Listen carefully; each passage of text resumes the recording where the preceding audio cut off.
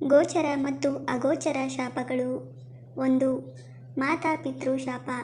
ಯಾವ ಮಕ್ಕಳು ಜವಾಬ್ದಾರಿ ಬಂದ ಮೇಲೆ ತಂದೆ ತಾಯಿಯನ್ನು ಸರಿಯಾಗಿ ನೋಡಿಕೊಳ್ಳುವುದಿಲ್ಲವೋ, ವೃದ್ಧಾಪ್ಯದ ತಂದೆ ತಾಯಿಗಳನ್ನು ಬದುಕಿರುವಾಗ ಮಕ್ಕಳು ಬೇರೆ ಮನೆ ಮಾಡಿಕೊಂಡು ಸಂಸಾರ ಮಾಡುತ್ತಾರೆಯೋ, ತಂದೆ ತಾಯಿಗಳ ಮನಸ್ಸು ನೋಯಿಸಿದ ಮಕ್ಕಳು ಕೊಂಕು ಮಾತನಾಡಿ ತಿರಸ್ಕಾರದಿಂದ ನೋಯಿಸಿದರೂ ಬರುತ್ತದೆ.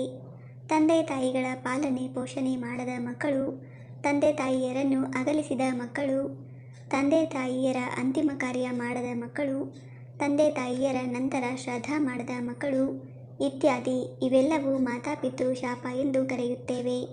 ಈ ದೋಷ ಇದ್ದರೆ ಮನೆಯು ಏಳಿಗೆಯಾಗುವುದಿಲ್ಲ, ಮಕ್ಕಳು ಏಳಿಗೆಯಾಗುವುದಿಲ್ಲ, ಸಂತಾನ ದೋಷವೂ ಆಗಬಹುದು, ನೆಮ್ಮದಿ ಇರದೆ ದಾರಿದ್ರ್ಯದ ಜೀವನ ಇರುತ್ತದೆ. ಇಂತಹ ಫಲಗಳು ಬರುತ್ತವೆ.